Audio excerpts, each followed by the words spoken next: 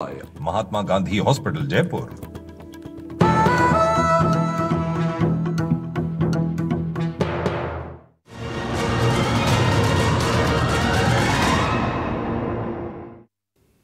मंत्री जी गुरुजी दिला दो। जी हां, राजस्थान में सरकार शिक्षा की गुणवत्ता और शिक्षा को बढ़ावा देने के लिए लगातार घोषणाएं कर रही है ताकि शिक्षा के क्षेत्र में कोई भी इलाका अछूता ना रह जाए। लेकिन एक सच्चाई यह भी है कि कई स्कूल ऐसे हैं जहां शिक्षक ही नहीं है। इसीलिए हम कह रहे हैं मंत्री जी गुरुजी दिला दो। एजुकेशन और कोचिंग सिटी कोटा के शंभुपुरा गांव का राजकीय विद्यालय शिक्षकों की नियुक्ति का अभी तक इंतजार कर रहा है। शंभुपुरा गांव वैसे तो कोटा नगर निगम शहरी क्षेत्र में आता है और कोटा उत्तर निगम के वार्ड नंबर 1 में है, लेकिन इस गांव के सरकारी स्कूल में 5वीं, 8वीं और 10वीं बोर्ड की परीक्षा में शामिल होने वाले विद्यार्थी शिक्षकों के अभाव में गुणवत्तापूर्ण शिक्षा से अभी भी महरूम हैं। गांव के लोग पिछले कई दिनों से सरकार से मांग कर रहे हैं कि स्कूल में सब्जेक्ट वाइज टीचर की नियुक्ति की जाए ताकि उनके बच्चों को शिक्षा मिल सके। स्कूल में विज्ञान, गणित, अंग्रेजी सहित इन तमाम विषयों पर शिक्षक नहीं है। जुगाड़ वाली व्यवस्था और वैकल्पिक शिक्षकों के भरोसे बच्चों की आधी अधूरी पढ़ाई हो रही है। परीक्षाएं नज़दीक हैं और कोर्स कंप्लीट नहीं। स्कूली बच्चे और उनके अभिभावक अब शिक्षा राज्य मंत्री मदन दिलावर से गुहार लगा रहे हैं कि मंत्री जी हमें गुरुजी दिला दो। इस गांव के आंगनवाड़ी केंद्र की अव्यवस्थाएं भी ग्रामीण और आंगनवाड़ी कार्यकर्ताओं के लिए परेशानी का सबब बनी हुई हैं। स्कूल और आंगनवाड़ी के आसपास गंदगी के ढेर हैं। बच्चों को बीमारियों ने घेर लिया है। आज एनडीटीवी राजस्थान पर सबसे बड़े मुद्दे में चर्चा करेंगे मंत्री जी गुरुजी दिला दो, यानी सरकारी स्कूलों में बच्चों की शिक्षा की दुर्दशा क्यों है, शिक्षा विभाग के अधिकारी इतने लापरवाह कैसे हैं, बच्चों को भविष्य बर्बाद करने वालों के खिलाफ कठोर कार्रवाई कब होगी, बच्चों को उनके गुरुजी कब मिलेंगे ताकि सरकारी स्कूल में पढ़ने वाले ये बच्चे भी कुछ बन सकें और उनका भविष्य बन सके। पहले दिखाते हैं आपको क्या है बच्चों और अभिभावकों की गुहार। ये कुछ लोगों की खास बातचीत सुनिए।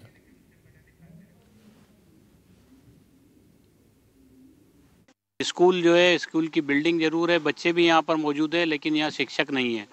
जी, कौन सी क्लास में हैं आप? 10th class. तो क्या दिक्कत आती है, सब्जेक्ट वाइज टीचर नहीं है आप? जी, हमारे गणित वाले टीचर हैं, उन्हें भी ऑफिस में बुला दिया जाता है, इसलिए हमारे कुछ सब्जेक्ट अधूरे रह जाते हैं। हमारा कोर्स भी पूरा नहीं हो रहा और परीक्षा आने वाली है, इसीलिए ज़्यादा तैयारी नहीं की हमने। हिंदी वाली टीचर भी हैं, अच्छे से पढ़ाती है। पूरी स्कूल में सिर्फ 3 ही टीचर्स हैं। पूरी पढ़ाई कोर्स नहीं हो रहा हमारा। तो आपका क्या नाम है? निकिता गुजर। निकिता, पढ़ाई अलग अलग सब्जेक्ट वाइज दिक्कत आ रही है पढ़ने में? हाँ सर, आती। तो कैसे कर रहे हो, क्योंकि अब एग्जाम भी नजदीक आ रहे हैं? टीचर भी नहीं है, हम ही पढ़ रहे खुद से, क्या पढ़े। आपका क्या नाम है? नरेश। कौन सी क्लास में? 10th। तो नरेश, तुम्हारे तो एग्जाम अब नजदीक आ गए। हाँ। कैसे पढ़ाई हो रही है, साल भर कैसे निकला है? सर ये तो वैसे ही निकल गया सर, ठीक से पढ़ाई नहीं हो पा रही। क्यों, क्या हो रहा है? सर यहाँ पे टीचर ही नहीं है इसलिए। तो कोर्स कंप्लीट हो गया आप लोगों का? अभी नहीं हुआ सर, आधा ही गणित का हो गया सर, गणित का, और हिंदी और सोशल साइंस का हो गया। क्या आप लोगों ने मांग भी की है शिक्षा अधिकारी से? सर हम 2-3 बार तो हम पत्र दे के आए हैं। डीओ साहब है जो ऑफिस में, हम तो समझते नहीं है वे कौन अफसर है कौन नहीं है, लेकिन हमारी बिल्कुल भी सुनवाई नहीं हो रही है। आप बिल्कुल देख सकते हो 3 टीचर हैं। 12वीं तक स्कूल हो गया, 10th तक रेगुलर क्लास चल रही है। अब 10th तक के बच्चों को 3 टीचर कैसे पढ़ा सकते हैं? आप इस चीज़ को समझ सकते हो। हम शिक्षा मंत्री जी से हाथ जोड़ के निवेदन करते हैं कि यहाँ पर टीचर बढ़ाए और हमारे बच्चों का भविष्य है अटका हुआ है, कीचड़ में फंसा हुआ है, इनको थोड़ा बहुत कर दे, उनकी आशीर्वाद हो जाए, बस यही उनसे आग्रह करते हैं।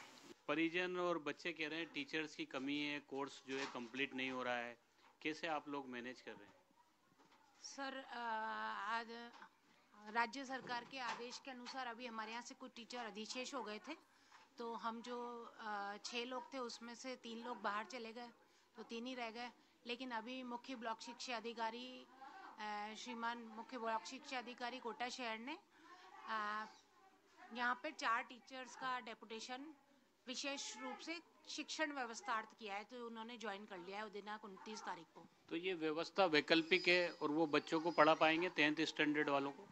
हाँ सर, वैकल्पिक है व्यवस्था और वो पढ़ा रहे हैं। अभी इंग्लिश के लिए भी एक सर आए हैं और 2 टीचर और आए हैं और एक पीटीआई मैम आई है। तो जो गुणवत्ता है पढ़ाई की वो जो है वो कहीं ना कहीं जो है उसमें भी खामी जो है वो साफ तौर पर आप भी यहीं पर हैं? आप क्या पढ़ाते हैं? Science math. कौन सी क्लास? सर मैं कक्षा 1 से 5 के लिए लगा हुआ हूँ, लेवल 1 में हूँ, लेकिन मैं 1 से 5 के साथ साथ 7th 8th 9th 10th को पढ़ाता हूँ। MSc हूँ, B.Ed हूँ, इसलिए मैं बड़ी क्लास भी लेता हूँ। तो यहाँ पे ज़रूरत है सब्जेक्ट वाइज टीचर की? सर सब्जेक्ट टीचर की तो बहुत ज़्यादा ज़रूरत है, क्योंकि अगले साल 11th आएगी। लेक्चरर्स की पोस्ट यहाँ स्वीकृत नहीं है, जबकि यहाँ पे 3 सब्जेक्ट हैं, ज्योग्राफी, होम साइंस और हिंदी लिटरेचर। तो तीनों के लेक्चरर्स के लिए और 10th 8th 9th के लिए सेकंड ग्रेड टीचर्स की बहुत ज़्यादा ज़रूरत है। चर्चा की शुरुआत करेंगे इस बड़े मुद्दे पर। हमारे साथ कुछ पैनलिस्ट जुड़ रहे हैं। खास गेस्ट हमारे साथ हैं हितेंद्र शर्मा जुड़ रहे हैं भारतीय जनता पार्टी के प्रवक्ता के नाते से। स्वागत है आपका हितेंद्र। अनुश्री शर्मा जुड़ रही हैं कांग्रेस के प्रवक्ता के नाते से। साथ ही आलोक पांडे जी जुड़ रहे हैं, शिक्षाविद हैं। प्रोफेसर दरियाब सिंह चूड़ावत भी हैं, पूर्व उपाध्यक्ष हैं आप RSHEC के। सबसे पहले शुरुआत मुझे लगता है हमें करनी चाहिए आलोक पांडे जी से, क्योंकि एजुकेशन से संबंधित आप हैं। आलोक जी, इस तरह के मसले कई बार हम लोग के सामने आते ही रहे हैं कि बहुत सारे स्कूलों में हमने देखा है कि धरने पर अभिभावक भी बैठ जाते हैं, बच्चों ने ताले लगा दिए स्कूल पर, और उनकी समस्या यही है कि भाई शिक्षक ही नहीं है स्कूल के अंदर। तो ये समस्या अब कोई नई तो नहीं है, लेकिन ये कब तक चलेगी, सवाल ये है। राहुल भाई, मेरा मानना है कि NDTV को बधाई है, और जिस तरह से शिक्षा व्यवस्था में बदहाली है, और NDTV राजस्थान बार बार राजस्थान की सोई शिक्षा व्यवस्था को जगाने की कोशिश कर रहा। कुछ नया नहीं। नया तब हो जब आप ऐसी कमी ना निकाल पाए, नया तब हो जब आप सचेत ना कर पाए, नया तब हो जब शिक्षा मिनिस्टर के जो चुनावी क्षेत्र है शिक्षा मंत्री के, वहां तो कम से कम चीजें बेहतर चले। आप विश्वगुरु बनने की अगर हम परिकल्पना करते हैं, और उस विश्वगुरु की परिकल्पना में अगर क्लास 10 तक के स्कूल में केवल 3 टीचर हैं और 200 बच्चे हैं, 200 बच्चे भी कम है और 3 टीचर तो अत्यंत कम है। लेकिन ये जानकर अच्छा लगा कि बिल्डिंग थोड़ी ठीक बना दी गई है, लेकिन ये जानकर बड़ा दुख होता है कि 3 टीचर क्लास 1 से लेकर के क्लास 10वीं तक को कैसे पढ़ाएंगे। उन बच्चों का जो आपने इंटरव्यू दिखाया, उनका चेहरा आप देखिए, वो कुछ बच्चे तो आंख नहीं मिला पा रहे थे हमारे सर्व के, वो ये बताने में झिझक रहे थे कि केवल 3 टीचर है पूरे स्कूल में।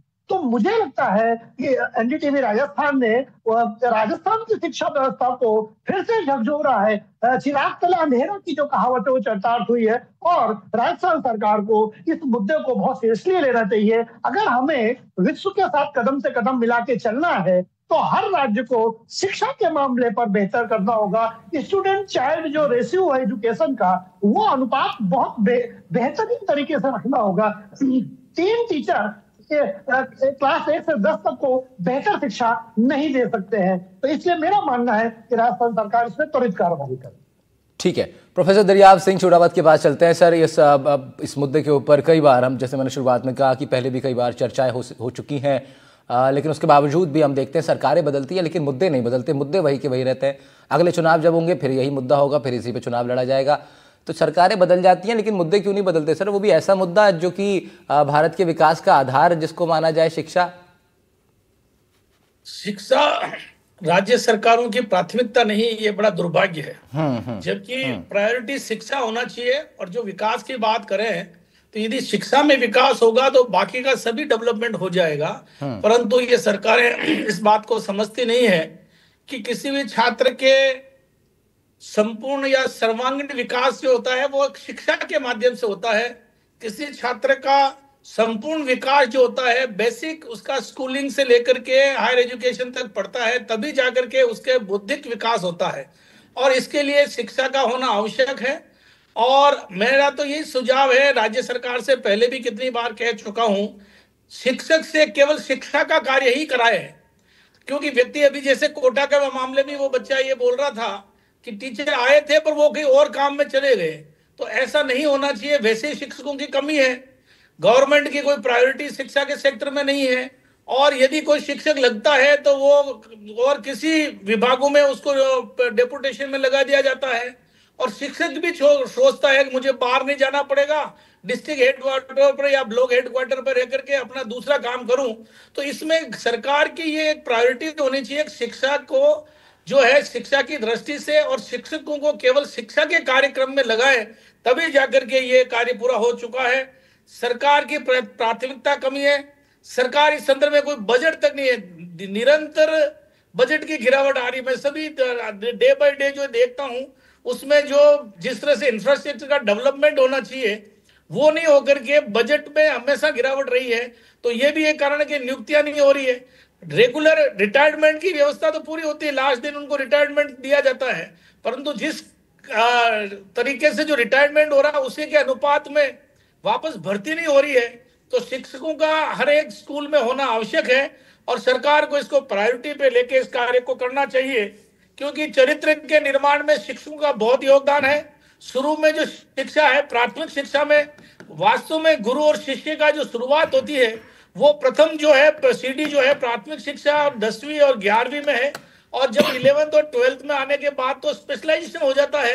तो वहां निश्चित रूप से इंग्लिश का टीचर, सभी सब्जेक्ट का टीचर होना चाहिए, परंतु प्रायोरिटी न तो गणित का टीचर है, न इंग्लिश का टीचर है, न हिंदी का टीचर है।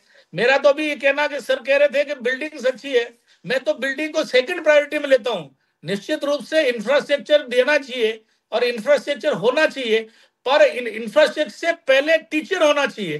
कि शिक्षक होगा तो इंफ्रास्ट्रक्चर का भी कुछ फायदा मिलेगा, नहीं तो एक बार किसी से पेड़ के नीचे भी बिठा के पढ़ा सकता है शिक्षक होता है। तो इंफ्रास्ट्रक्चर सेकंड प्रायोरिटी देकर के अधिक से अधिक शिक्षकों की जो है सभी स्कूलों में, सभी से प्राथमिक शिक्षा में सरकार को शिक्षक दिए जाना चाहिए, तभी जाकर के विकास होगा। आप चाहे कितनी बातें कर ले विकास में, शिक्षा की दृष्टि से जब तक आप पढ़ाएंगे नहीं, अगर व्यक्ति शिक्षक होगा, यदि उस राज्य का बच्चा या उस राष्ट्र का बच्चा यदि शिक्षा में परिपूर्ण होगा तो निश्चित रूप से वो डेवलपमेंट करेगा, विकास होगा। यदि शिक्षा नहीं होगा तो वो भटकता रहेगा और अपने मूल बिंदु से जो है, मूल उद्देश्य से भटक जाएगा शिक्षा की कमी के कारण। तो राज्य सरकारों को शिक्षा के क्षेत्र में प्रायोरिटी लेकर के अभी से ये जो ढंग से काम करना चाहिए और इसको एक प्रायोरिटी लेनी चाहिए। इससे पहला प्राथमिकता जो है सभी राज्य सरकारों की या सभी की जो है शिक्षा होनी चाहिए, शिक्षा में सुविधा देनी चाहिए और अधिक से अधिक शिक्षा की सुविधा दी जानी चाहिए। ठीक है चुड़ावा साहब, बहुत सही कहा आपने, बहुत ठीक कहा और बहुत सटीक कहा आपने भी और आलोक जी ने भी। अनुश्री शर्मा हमारे साथ हैं कांग्रेस पार्टी का पक्ष रखने के लिए। अनुश्री, इससे पहले प्रदेश में आपकी सरकार थी और देश में भी अब कांग्रेस ने लंबे वक्त तक राज किया है, उसके बावजूद भी आज जब ये समस्याएं जब आती हैं तो आपको नहीं लगता कांग्रेस एक शासन चलाने वाली पार्टी के नाते से बहुत मायनों में जिम्मेदार है? जी देखिए राहुल जी, इस चीज को मैं नहीं मानती हूँ, क्योंकि जब कांग्रेस का शासन काल था, अगर मैं राजस्थान स्टेट की बात करूं तो हमने स्कूल्स का मर्जर नहीं किया था। अभी जनवरी में देखेंगे भारतीय जनता पार्टी ने कितनी स्कूल्स का मर्जर किया है, जबकि हमने हमारे अंग्रेजी माध्यम स्कूल खोले थे, अंग्रेजी जो हिंदी माध्यम है वो भी स्कूल खोले थे। लेकिन अगर भारतीय जनता पार्टी की बात करें तो इन्होंने 449 स्कूल्स का मर्जर कर दिया। अब इनसे पूछे कि आपने स्कूल्स का मर्जर क्यों किया, तो कभी तो ये बोलते हैं कि वहां पे 0% बच्चे ही नहीं थे, इसलिए हमने उसका मर्जर करना जरूरी। नहीं, सवाल ये नहीं है, सवाल ये नहीं है अनुश्री, सवाल ये नहीं है। सवाल ये है कि ऐसे बहुत से स्कूल्स हैं जो लगातार चल ही रहे हैं और सरकार की देखरेख में वो स्कूल चलते हैं जिन्हें हम सरकारी स्कूल बोलते हैं, और उन सभी स्कूलों में लगभग, मैं सिर्फ राजस्थान की बात नहीं कर रहा हूँ, और भी प्रदेशों के बारे में जानकारी हम सभी रखते हैं, सभी स्कूलों में लगभग ये स्थिति रहती है कि भाई शिक्षार्थी जितने हैं उसके अनुपात में टीचर्स की बहुत कमी है। तो मैं आपसे वही जानना चाह रहा हूँ कि जब आपकी सरकार थी, राहुल जी मैं वही बात कर रही हूँ कि इसके लिए सरकार को पूरा ध्यान देना पड़ेगा, क्योंकि हम एक बात करते हैं कि सरकारी स्कूल में अगर किसी छात्र का प्रवेश देखें तो उसके लिए भी आप कई मायने तय कर देते हैं, मेरिट से लेके कई चीजें तय हो जाती है, लेकिन जब वो आम गरीब बच्चा पढ़ने जाता है तो उसको क्या वो पूर्ण शिक्षा मिल पाती है, ये सोचने का विषय होगा। अगर भारतीय जनता पार्टी की सरकार, आज इनकी डबल इंजन की सरकार है, इनसे पूछे ये क्या कर रहे हैं। आपने वो बात तो बोल दी कि ये मुद्दा नहीं है, लेकिन मुद्दा क्यों नहीं है, आपने स्कूल का मर्जर कर दिया। अजमेर में वहां बालिकाएं धरने में बैठी हुई थी, तब कहां सो रहे थे ये लोग। और आज भी बात करें तो आप चाहे स्टूडेंट्स की कमी ले ले, चाहे स्कूल्स की जो टीचर्स है उनकी कमी ले ले, आज की तारीख में गरीब विद्यार्थी है कहां पे। आप हर चीज का प्राइवेटाइजेशन करने जा रहे हैं, लेकिन प्राइवेटाइजेशन तो कर रहे हैं, लेकिन आप उसकी आर्थिक स्थिति भी देखिए कि आर्थिक स्थिति में बच्चा किस तरीके से उस परिवेश को ढालेगा। और सरकारी स्कूल में अगर गरीब बच्चा पढ़ रहा है या सामान्य परिवेश का बच्चा पढ़ रहा है तो क्या उसको जो कहते हैं वो टीचर्स की जो अवेलेबिलिटी है, टीचर्स तो अवेलेबल होते नहीं है। यदि टीचर्स अवेलेबल होंगे, जैसा कि अभी आप टीवी के माध्यम से डिबेट्स बता रहे थे कई टीचर्स की कि उनकी जो कैपेबिलिटी है वो 5th स्टैंडर्ड्स तक के पढ़ा रहे हैं, लेकिन उनको एक्स्ट्रा भी पढ़ाने को मिलता है, या फिर सरकारी, जो मैं खुद रेगुलर बता दूं, अगर प्रवक्ता होने से हटके भी बात करूं तो सरकारी स्कूलों की हालत आज की तारीख में यह है कि सरकारी स्कूल का जो शिक्षक है या तो वो काम पे ही नहीं जाएगा, या फिर जाएगा तो फिर उसको कहीं ना कहीं की ड्यूटी थमा दी जाएगी। तो कहीं ना कहीं की अगर ड्यूटी थमाएंगे आप, तो उसके लिए सरकारी स्कूल का जो शिक्षक है वो कहीं ना कहीं सीरियस तो है नहीं इस चीज को लेके। तो सरकार इस चीज पे इंस्पेक्शन क्यों नहीं करती है? भारतीय जनता पार्टी की सरकार तो बहुत हल्ला मचा के शिक्षा को ले ले, चाहे महिला अत्याचार को ले ले, कई चीजों को लेकर मुद्दे पे आई थी, लेकिन आज भारतीय जनता पार्टी की सरकार का देखेंगे तो मुख्यमंत्री जी तो सो रहे हैं। बिल्कुल बिल्कुल बिल्कुल, विपक्ष का अपना आरोप है और मुझे लगता है इन तमाम आरोपों का और इन तमाम बातों का जो विपक्ष की कंसर्न है, मुझे लगता है हितेंद्र शर्मा जी आपको इसका जवाब देना ही चाहिए। देखिए, मैं सभी चीजों का जवाब देना चाहूंगा। सबसे पहले तो जिस स्कूल की रिपोर्ट आपने प्रस्तुत करी है, शंभूपुरा स्कूल, मैं शंभूपुरा को व्यक्तिगत रूप से जानता हूं, मैं क्योंकि कोटा का निवासी हूं। शंभूपुरा स्कूल में 2023 तक ये प्राथमिक स्कूल हुआ करता था, 8th स्टैंडर्ड तक का। उसको 23 में हमारे घोषणावीर मुख्यमंत्री, तत्कालीन मुख्यमंत्री गहलोत साहब ने इसको क्रमोन्नत करा और 12th स्टैंडर्ड तक का इसको करा। अभी 10th स्टैंडर्ड तक इसमें क्लासेस चल रही हैं। मगर उन्होंने घोषणा तो करी, मगर उसके साथ ना यहाँ कोई इंफ्रास्ट्रक्चर के लिए काम किया, ना यहाँ क्लासरूम बढ़ाए, ना यहाँ पे टीचर्स बढ़ाए।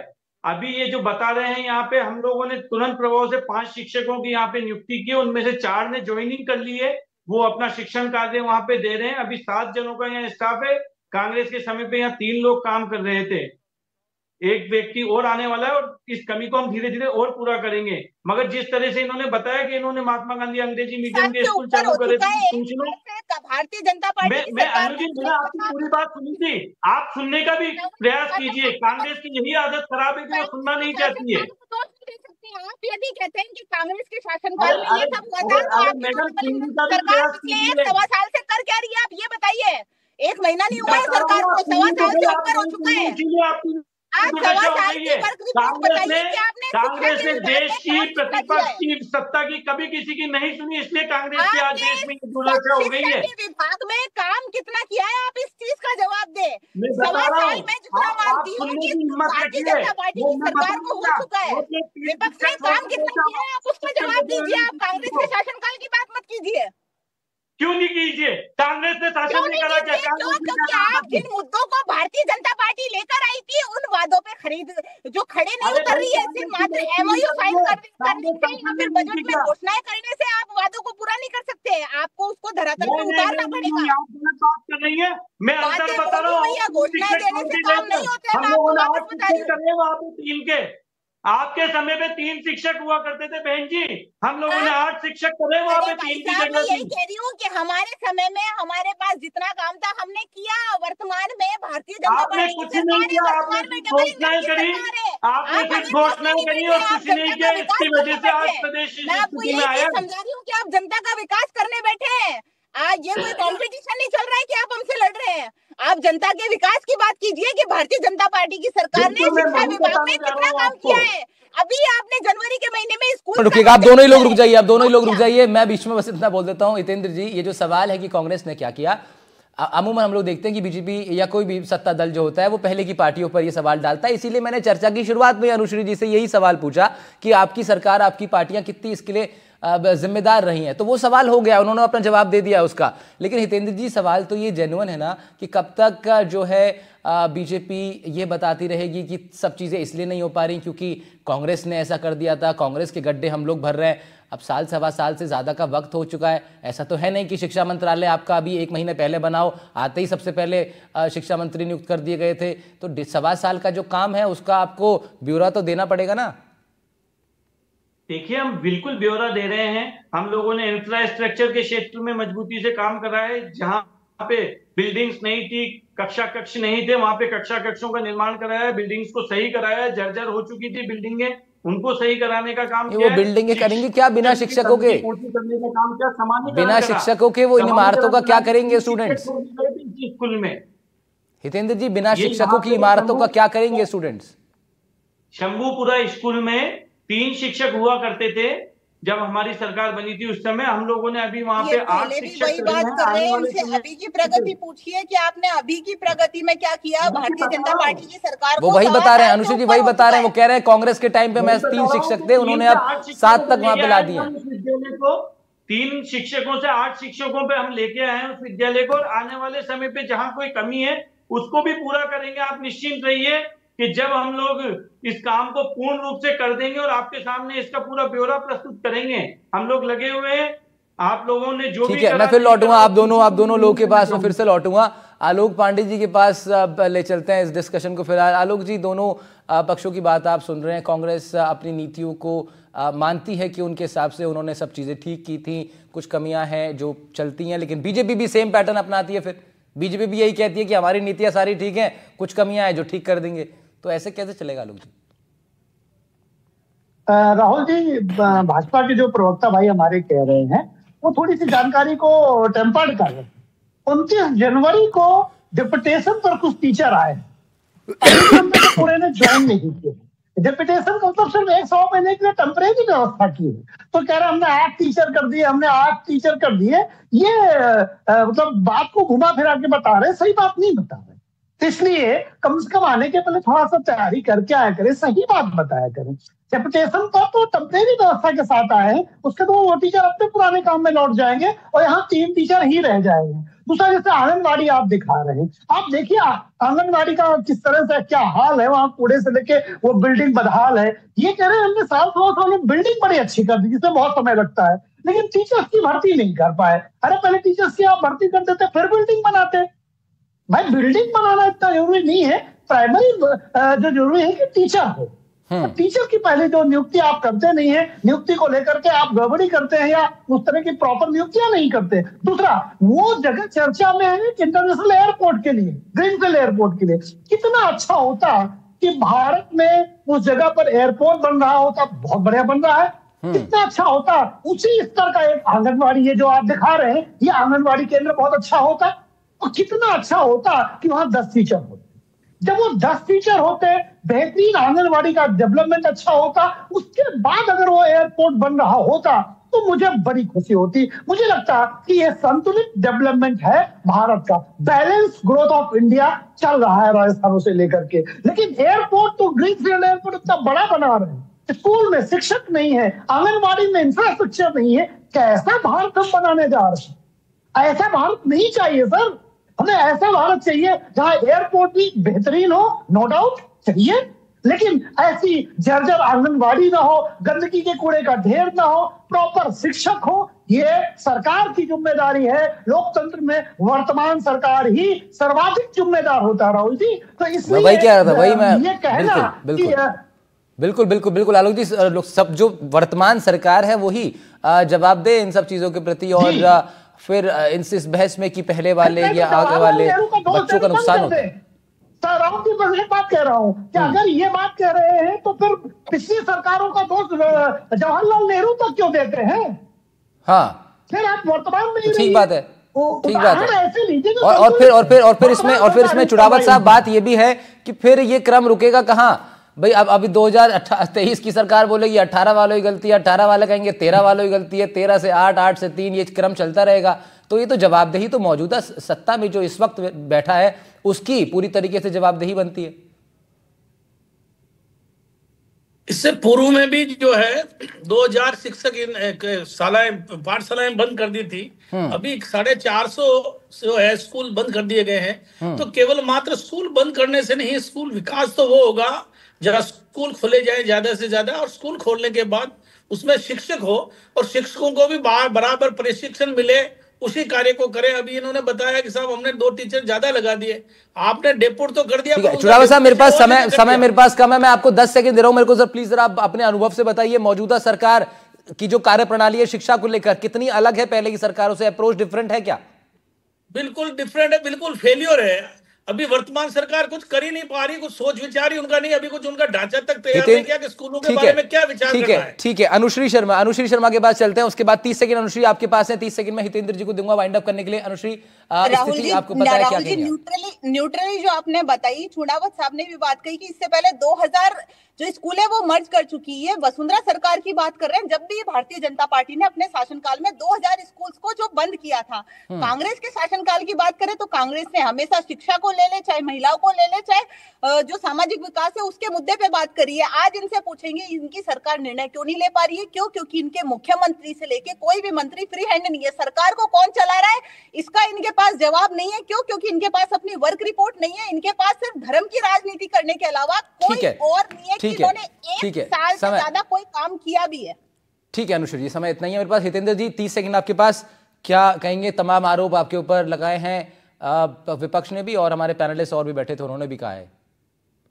देखिए, हमारी सरकार शिक्षा को लेकर पूर्ण रूप से सजग है। हम लोग शिक्षा का किस तरह से स्तर बढ़े, व्यक्ति संस्कारवान कैसे बने, शिक्षा संस्कारी तो समाज को जोड़ने वाली शिक्षा हो, इसको लेके भारतीय जनता पार्टी शिक्षा नीति लेके आई है। हम लोगों ने तुष्टीकरण की शिक्षा नहीं है।